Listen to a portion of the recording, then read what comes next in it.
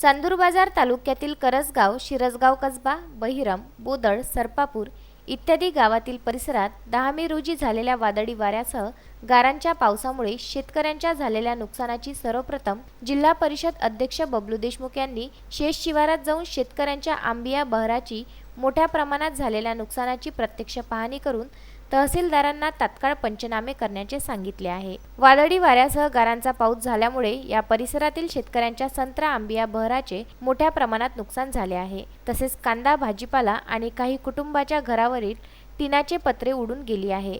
या वादळी वारा व गारांच्या पावसाने शेतकऱ्यांचे मोठ्या प्रमाणात नुकसान झाले आहे। या परिसरातील बऱ्याच गावातील शेतकऱ्यांचे नुकसान झाले असल्याने झालेल्या नुकसानग्रस्त भागाची जिल्हा परिषद अध्यक्ष बबलू देशमुख यांनी पाहणी करून जिल्ह्याच्या पालकमंत्री यशोमती ठाकूर यांच्याशी भ्रमणध्वनीवरून संपर्क साधून शेतकऱ्यांच्या नुकसानीचे पंचनामे त्वरित केल्या जाईल असा शेतकऱ्यांना दिलासा दिला। तर येथील काही कुटुंबाच्या घरावरील पत्रे उडून गेल्याने कुटुंब बेघर झाले असता त्या कुटुंबांना स्वतः आर्थिक मदत केली।